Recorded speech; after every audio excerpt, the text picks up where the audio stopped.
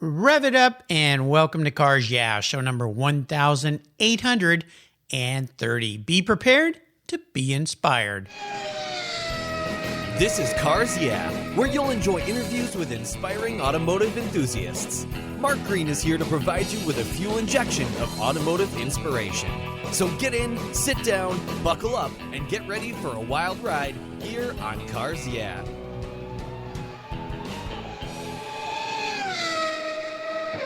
Hello, inspiring automotive enthusiasts, and welcome to Cars Yeah. Today I'm in Syracuse, Utah, not New York, with a very special guest by the name of Will Lockwood. Hey, Will, welcome to Cars Yeah. Do you have it in gear, and are you ready to release the clutch? I am ready to release the clutch. All right. Always so, the kind of ride you guys build. But before I give you a proper introduction and we dive into your life, would you share one little thing that maybe most people don't know about you, Will? Well, it's tough. I think I've divulged a lot of things on the show. But depending on what episode you catch, I think the biggest thing that people may not know is that I was in the military. Yeah, the Army, right? Yes, yep. In the Army, and worked on M1 tanks, and that was quite the experience. No kidding. I lived, so it was amazing.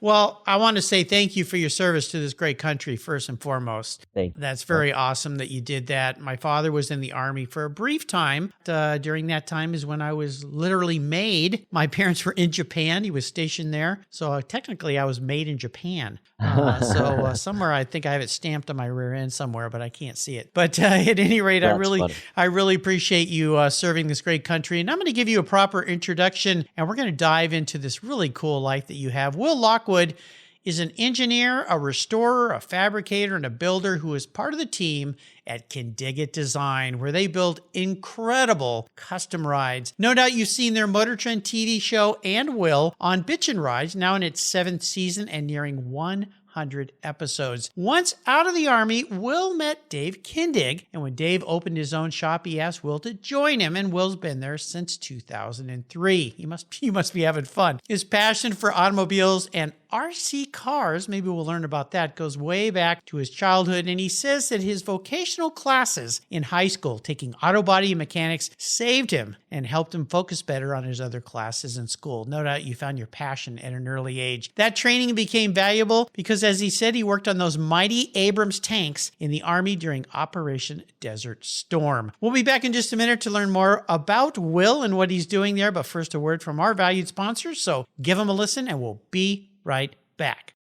Are you ready to get out and hit the road? Boy, I sure am. This country has so much to offer, and what better way than to get out and drive? Covercraft protects the things that move you. From protective covers for the outside of your vehicles to the inside with dash covers, seat covers, and sunscreens, all creatively designed to keep your vehicle cool for those roadside stops for a meal or to take in the view. Covercraft custom tailors their designs for your special vehicles and manufactures with the quality and attention to detail that's been their standard since 1965. Road trips can be hard on your vehicle's surfaces, so protect them, and when you get home, cleanup is fast and easy. And you want to get a deal? Well, I've got one just for you. Use the code YEAH21 at covercraft.com and you'll get 10% off your Covercraft order. That's right, 10% off compliments of Cars Yeah. Simply use the code YEAH21,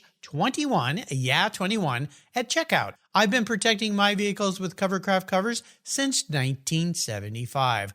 Covercraft, protecting the things that move you. Go to covercraft.com today. I was talking with a buddy of mine the other day, and he asked me about American Collectors Insurance. He said, while I listen to you on Cars Yeah, you're always talking about agreed value collector car insurance. Well, I insure all my cars on my regular auto insurance policy, and I've done it for years. Why use a different company for my collector cars? I get a multi-car discount. Isn't that good enough? I suggested he call his carrier and ask how much he would get if his collector car was totaled or stolen. He called back and said, boy, that was a scary conversation. The value of my car wasn't even close to what it's really worth. Thank you for the education, Mark. So don't just hope for a fair claim settlement. Be certain and know exactly what you'll receive with an agreed value policy. American Collectors Insurance has been protecting enthusiasts since 1976. Give them a call today for your personal agreed value quote at 866-ACI. Yeah, that's 866-224-9324. Tell them you're a friend of Mark Green's at Cars Yeah. American Collectors Insurance, classic car insurance, designed by collectors, for collectors, automotive enthusiasts just like you and me. They're the ones that insure my car. That's American Collectors Insurance. All right, Will, we are back. So let's dive a little deeper into the corner here and talk about your life there, building dream machines for people and being on TV and having fun and doing stuff. But let's kind of dive back first into your past, because something that I said in your intro was very interesting to me, that these shop classes, in a way, you said kind of saved you and gave you some focus. Can you touch on that and then kind of bring us through your life up until today? Well, honestly, it started for me super early. I think I was 4 or 5 when I really started realizing that tinkering, disassembling, reassembling what you could, but learning through the process of just hands-on, tearing stuff apart. And were you one of those kids that would take the toaster apart and your mom would walk in the kitchen and go, "What are you doing, Will?"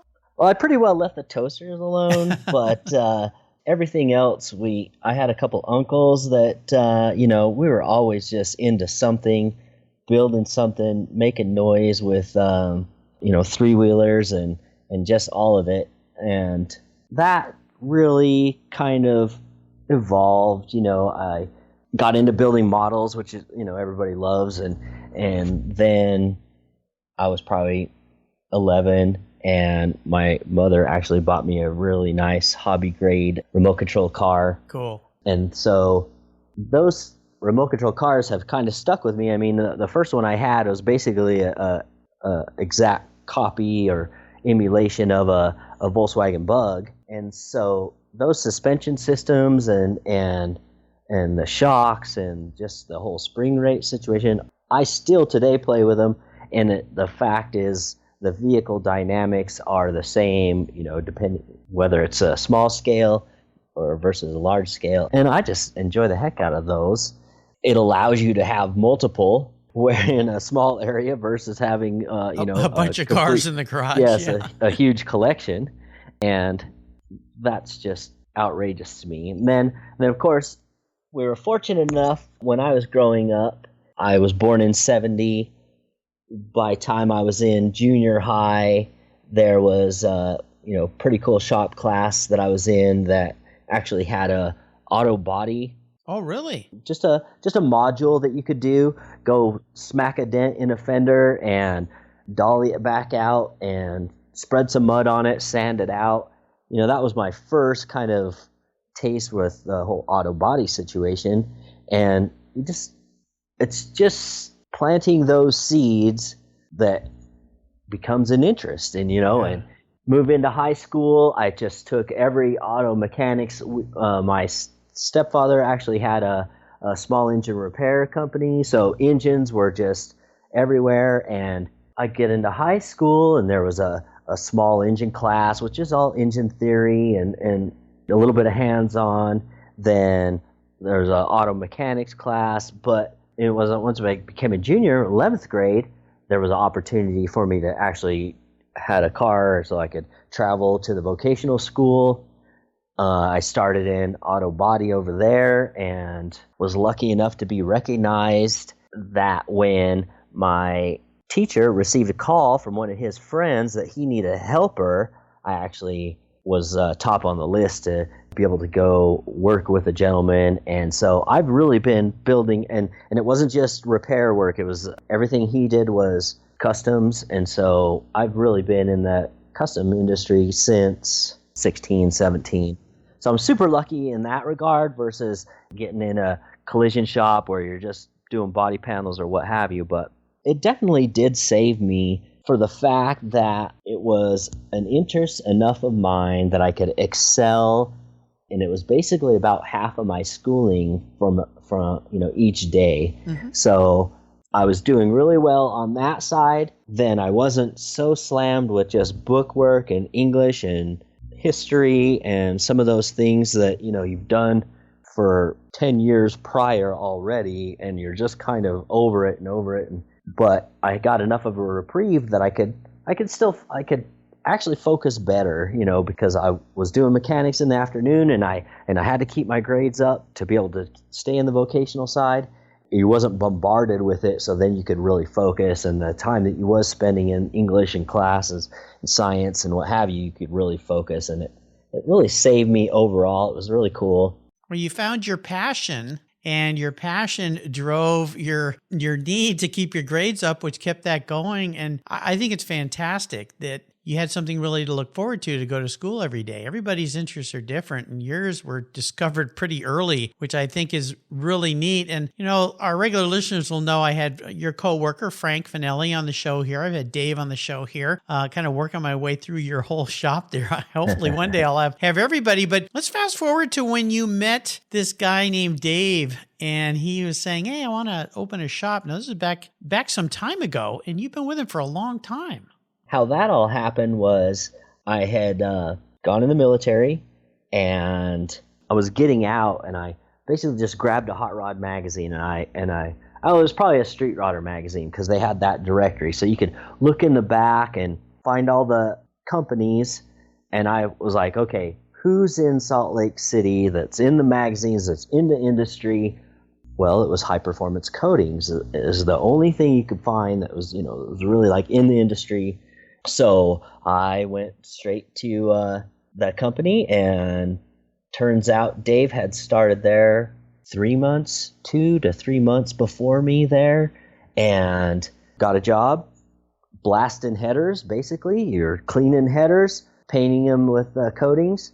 Met Dave, we kind of hit it off. He was there for the same reason. We wanted to be a part of the industry. We wanted to build cars. We wanted to do that thing. We were both right in the, our early 20s, and things were happening, and, he was building his bugs. I had some Toyota trucks that I was playing with at the time, and we just hit it off. And, the company moved. I was kind of a long ways away. Things happen in life where you get pulled different directions.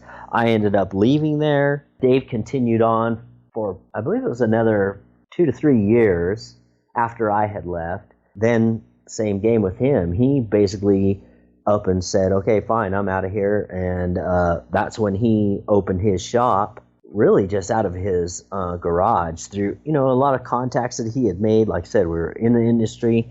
So he started in his garage, started doing designs for people, just doing our thing. And I had landed a machinist job because I had gone to some more vocational school once I got out of the military, and got trained up as a machinist. Went and got a machinist job, making decent money. I started a family, and where I was working, you were always kind of it was a good place to work, but you were always kind of, how is their industry going? And you're always up, it was up and down. And so I ended up getting laid off, and I was going to open my own shop. I had been doing roll cages and been doing some things for people, and, making a decent enough name for myself. But it was the complication of all the things of running a business, of having a shop, I would say easier. And I was intrigued with what Dave was doing because he had started his shop. I started there about 3 years after he opened his shop officially, and he was doing cool things. And Dave's just got an eye, of course, so I was interested, and Well, it sounds like you segued nicely into my next question, and that is people who were inspiring or influential or mentors in your life. Would you say Dave is one of those in your life who's helped move you along and inspire you to come on board with him and work and build a business together? Oh, yeah, absolutely. I came from a very particular way of building cars. I always wanted to build everything just absolutely immaculately. And so you can imagine trying to do that at home, you're not always able to do that. And so sometimes you choose not to. I'm not just gonna build a set of headers that are MIG welded together and just are not nice, and so you choose not to. So what Dave really taught me and helped me understand was he always has a wonderful way of showing me that there's maybe not such an intricate way of getting things done, where in my mind it has to be, you got to jump through all these hoops. Well, in business, and that's the thing I hear from a lot of guests here who are fabricators, builders, designers, there's this business side to business. And you got to do things sometimes that make sense for the customer. And maybe you wanted to spend an extra 100 hours on something, but the customer doesn't want to pay for those 100 hours. Absolutely. And so the project can still get done. It can still be exemplary and really, really nice. And that's where the business side, the working side, all this thing kind of comes together, which is pretty cool. And another nice segue here into advice. If you were to advise, because you've been doing this for a long time now, if you were going to advise young people who want to get into what you're doing, what's happening there at your guys' shop or anything in the automotive industry, what are some things that you would advise them, some routes to take to help them become successful? Well, it plays off that same thing, is ultimately just do it. If you can't do it the most immaculately book-worked way, sometimes just cut to the chase and just do it. Right now, honestly, the world is your oyster, because with the internet, with Instagram, with YouTube, with all the basically free social media advertising, free training everywhere you look. Yeah. All it takes now is to be inspired and to get started and to pursue whatever direction you want to go. And there is somebody right there. The internet has made the world such a small and basically close place where you can reach out to anyone.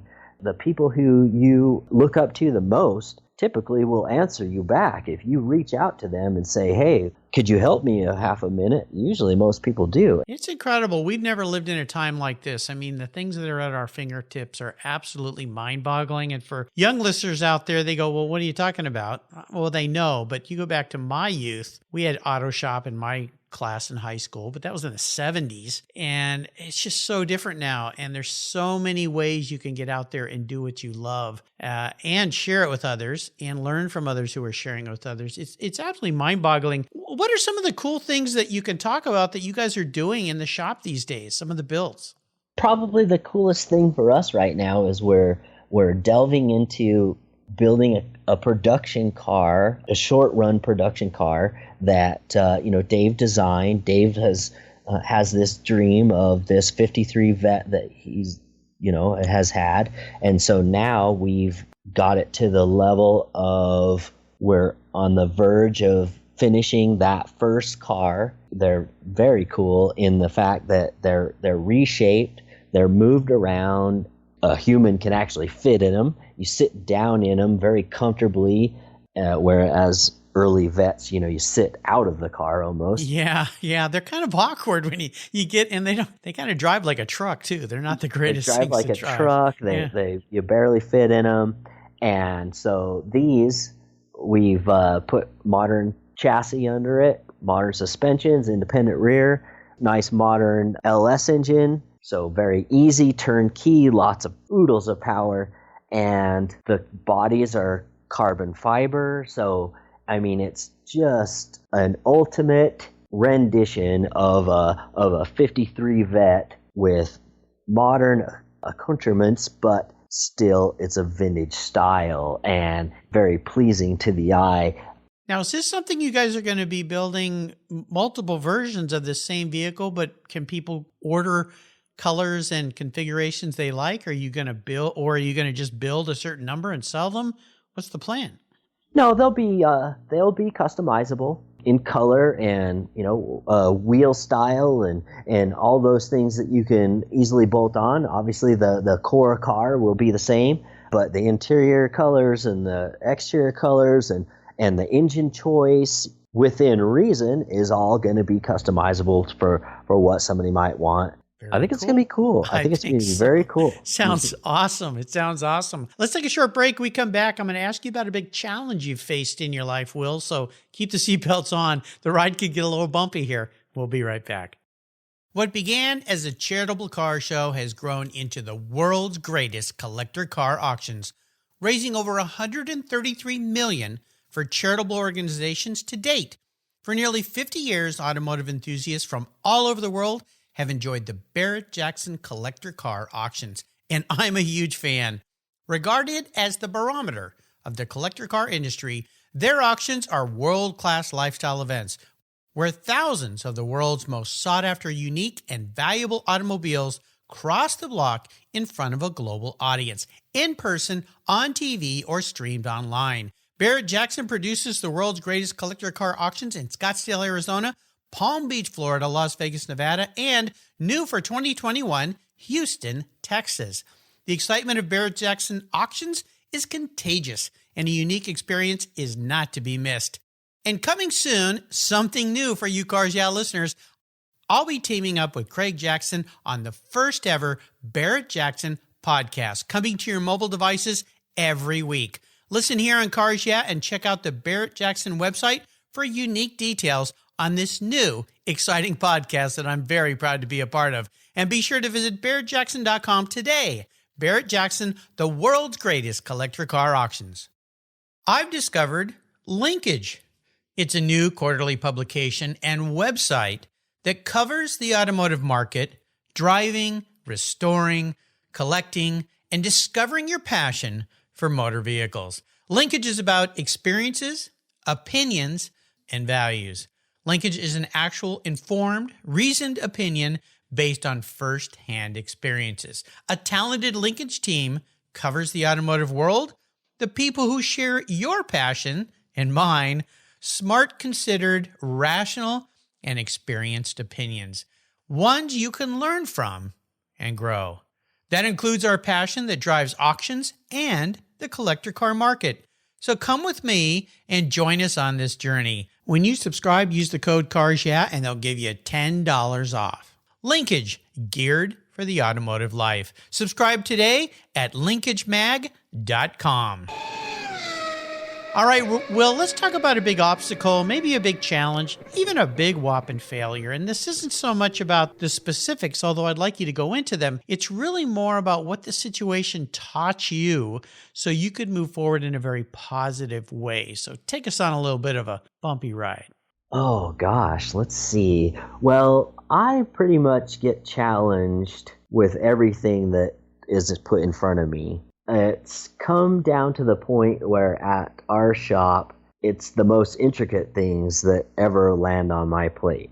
Ah, that's why the title engineer is right after your name. Yeah, that's probably why. And what I've probably learned from that the most, if you break things down and really get down to the simple machines that come into play, and if you can get it broke down to that level, then everything becomes very easy.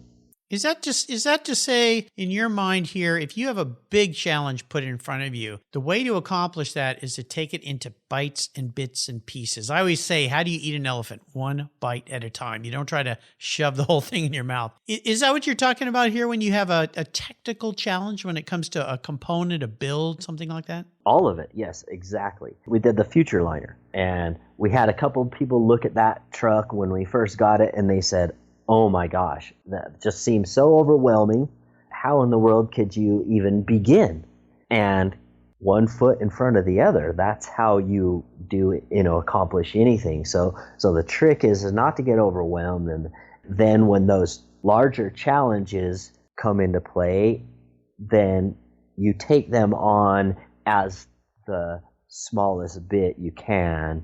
That Future Liner, that was the 39 GM Future Liner, right? Yes. Yeah, because when I go through you guys have a cool website, and I'll encourage our listeners here, if you've never been to their website, check it out. Check out the gallery. And I think you'll be surprised, unless you're intimate with Kindigit Design and what these guys do, and the gals there, that the variety of vehicles that you guys work on, from European to US to this GM Future Liner, which was, when you guys got that thing, it wasn't so spit spot, was it? Oh, no, it was... it needed a little work, a lot of work. Yeah.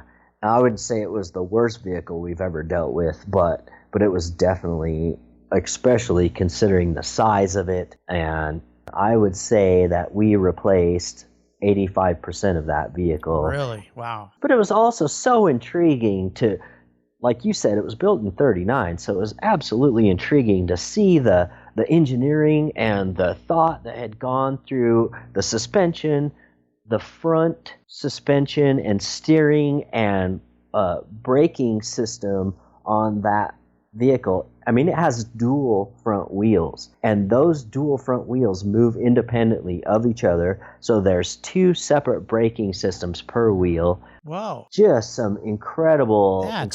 That's crazy. Yes. I had no idea. That thing looks like a train coming It at does you. look like a How train. tall is that thing? They're right on 11 foot. Wow. And you drive them from, ultimately your head's at 9 to 10 feet. I know, you're way when up you're there. driving it. So Yeah. you're way up there, and just we don't do restorations.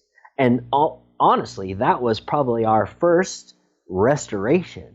And so for us to delve into that, I mean, it was kind of an honor. I mean, there was only 12 of them built, Right. and to be so lucky to have somebody to, employ us to basically Bring it back to life.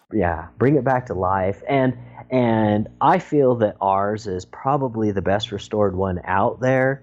And so, we were just super lucky. We've been super lucky with incredible clients that, trust us and then basically give us the reins to build it the way we would do it. Would it be fun to modernize one? Yes, of course. But restoring it was just as cool. Well, that thing is over the top insane, and it's just, I can't even imagine. Let's talk about a special vehicle in your life, Will. A car, a bike, a truck, whatever it might be that really stands out for you. Could be something you have now or something in the past, but maybe take us on a little ride in that vehicle. Tell us what it is and what made it so special for you.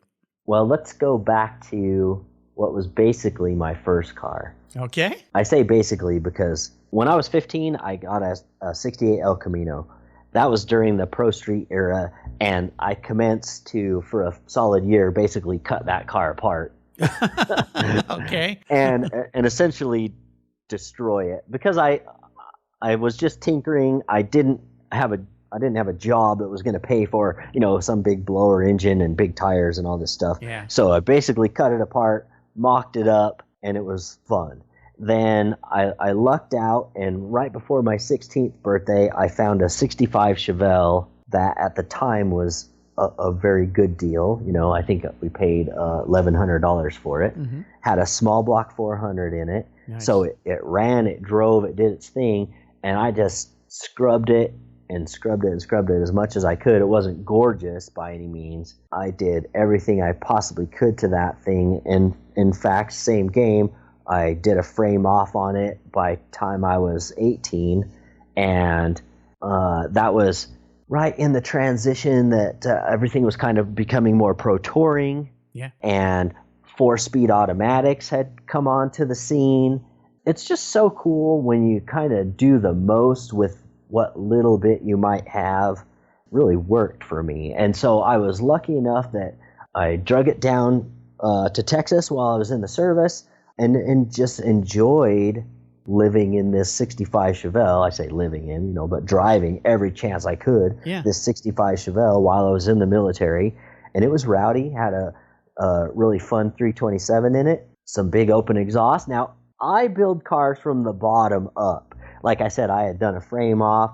The frame was painted, the bottom of the car was painted, but the body was not done. There was little to no interior, a pair of seats, and to me that's done.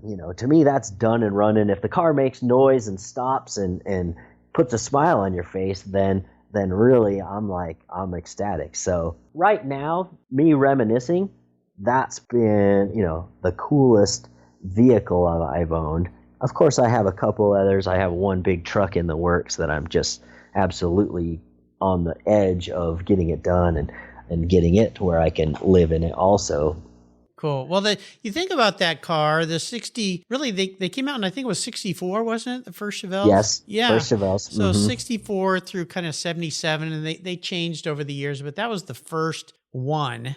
And I remember a guy up the street when I was a kid had the Super Sport, the SS Coupe. Yes. Which was a really cool car, and he had modified.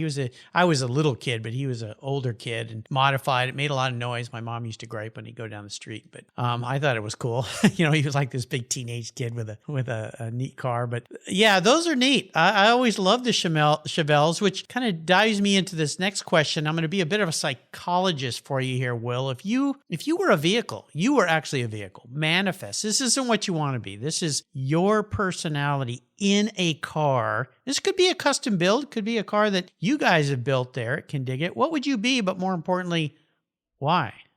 I'd have to just say, ultimately, no matter what brand, no matter what type, I likely would be a sleeper. A sleeper. Okay, well, let's dive a little deeper into this. Why a sleeper? I love quiet power, and I love flying under the radar. I gotcha. That means that personally, the cars that I drive, the cars that I love to go fast, but I don't like announcing it. Mm-hmm. I like to obviously not get any attention from the policeman. Policeman, yeah. Yeah. And then I think even on my personal stuff, Dave and Kevin, they're out there. They like to be out there. They like to meet everybody. They like to do all that stuff. We invite people to the shops, in the evenings and stuff like that. And typically when people are around, I'm still working. I'm still just tinkering and doing my things and getting stuff accomplished. And that's kind of more what makes me happy. And people say, hey, where are you at? And then I disappear, and same token, I'm not that shiny. I'm not that shiny thing on the outside. I'm not so concerned about the interior or the paint. I just like what's underneath the shell, and making things perform really well and put a smile on your face through the throttle pedal. Well, not too many sleepers are being built at Kindigit Design, that's for sure.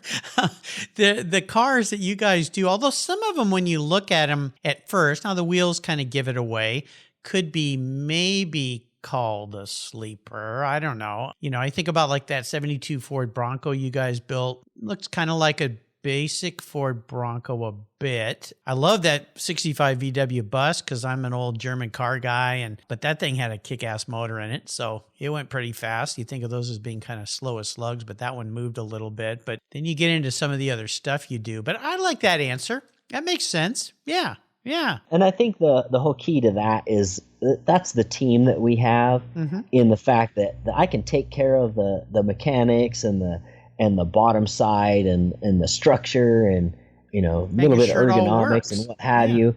Make sure it all works. The stance is right. And then of course Dave is the candy coating and these amazing colors and then Kevin, he is a finisher.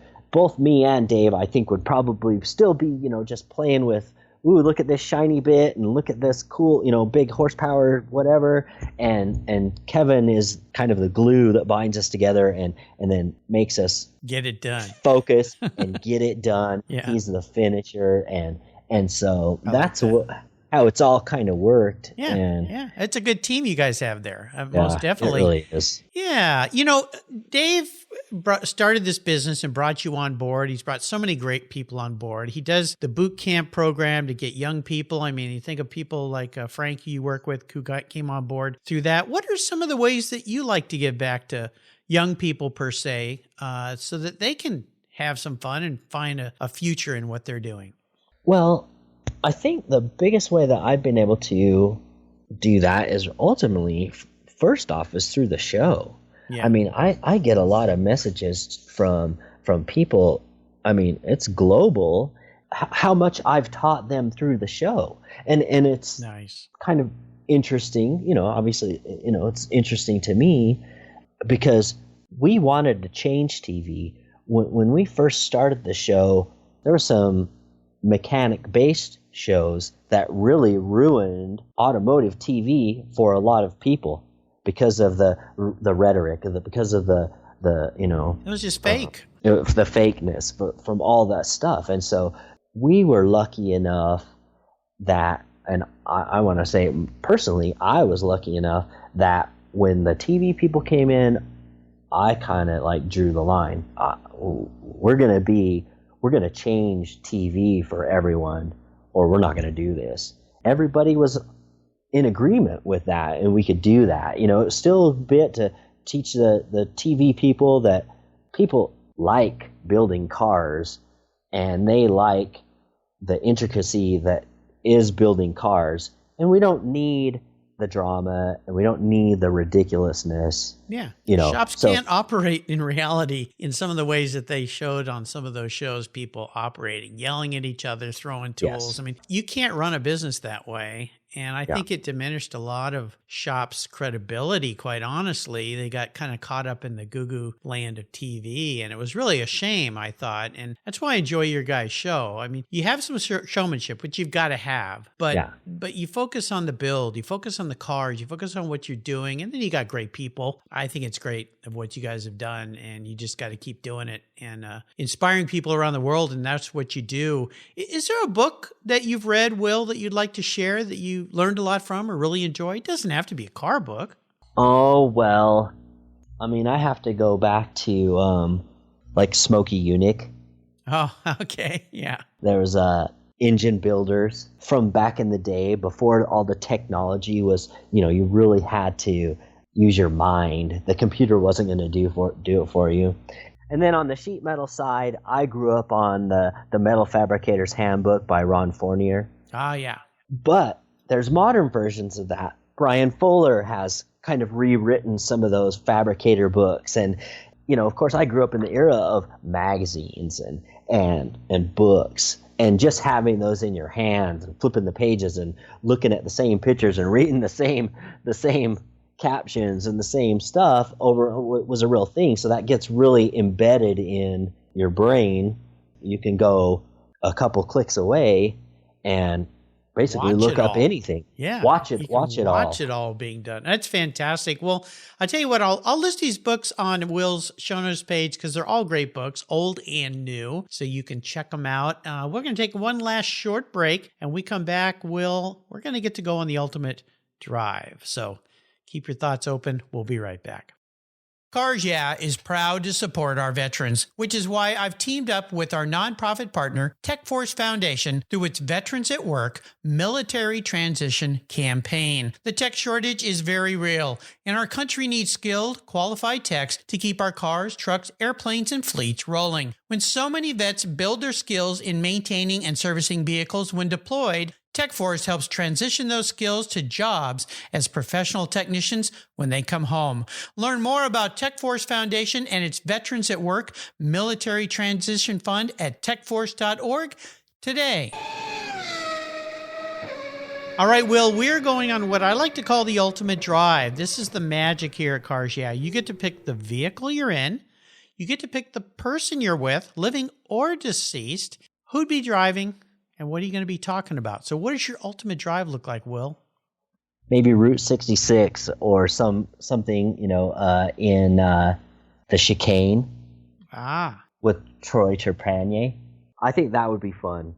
That car was really, ultimately, I feel that was a real game changer in the execution, in the power realm, and the quality on the street. Driven, a driven car on the street of ultimate quality. And that was probably what I feel was one of the first big, twin supercharged modern small block that, 1,200 horsepower on the street. That was a new thing. And the execution on that car was just immaculate. And I get it. Yeah. And why would you want to be with Troy? What's it about Troy that... Well, I think, I was 16, 17 years old, and Troy was on the cover of Hot Rod and Covercraft and really doing that thing and living that thing, some years before, obviously, I got to that point. And then, it didn't just start with him. His father was a huge influence and was building cars before that, and it just has a huge history. And then now they've gone on to building land speed record cars, and I would just enjoy it. I mean, I have talked to Troy a few times, but we're always in a setting where it's like you're not gonna sit and just chat, for hours. Yeah. So to get to be in that vehicle with him and talk shop, talk cars, I think that'd be a pretty darn magical ride. And of course, Route 66 going across this wonderful country we live in and all the cool things, the back roads. Yeah, I think that's a very unique ride you've taken us on there. I like that very much. You've given me a great ride today, Will, and I've really enjoyed talking to you. Before I let you go, though, is there maybe a parting piece of wisdom or advice, a success quote or a mantra you'd like to share with us? I would say we go back to that, break it down to the simple machines. Don't overcomplicate what you might be looking at or what you might need to accomplish. One foot in front of the other, bite off a small chunk of the elephant at a time. It works on every aspect of life, quite honestly, whether it's a build or a business or a relationship or anything. Take a step back and break it down into pieces, especially if you find things overwhelming, because sometimes when things get overwhelming, it just shuts us down and we don't make any advancement. I always say that with anybody who's working on a home restoration or a car. At least every day, go out and do one little thing. One little thing. Just don't. Otherwise, if you try to look at the whole thing, you'll never go out there and work on it, and it never gets done. Great advice you share with us today, Will. What are the many ways that we can keep up with you and Kindigit Design? Well, obviously, all the venues. The website, Instagram. You guys are everywhere. Instagram, Facebook, Motor Trend, of course, to go see the shows. Yes. You're everywhere. I'll make sure I put links to all of these. I mean, most of my listeners here already know about you guys. But if you don't, or if you're not following these guys, follow them all over the place and you can keep up with what they're doing and see what Will gets to play with every day. What a life. And I want to do a quick shout out to a mutual friend who introduced me to you, Will, which is Tori DeBlasi. Yes. He's introduced me to some wonderful people. Tori, shout out to you. Thank you for all that you do. Yep, great guy. Will, thank you for taking some time with me today, getting away from the shop and talking shop. This has been really fun. I want to thank you for sharing your life and your inspiration. Until you and I talk again, I'll see you down the road. Well, thank you very much, Mark. I highly appreciate you inviting me on. It's been very fun talking to you. Most definitely. Say hi to my friends there, Frank and Dave and everyone at Kindigit Design. You guys do some awesome builds. Thank you so much for joining us on today's ride here at Cars Yeah. Drive on over to carsyeah.com to find show notes and inspiring automotive fun. Download your free copy of Filler Up, a fun book filled with gorgeous photographs of fuel filler fun, including quotes from more inspiring automotive enthusiasts. Download your copy today, and we'll see you next time on Cars Yeah.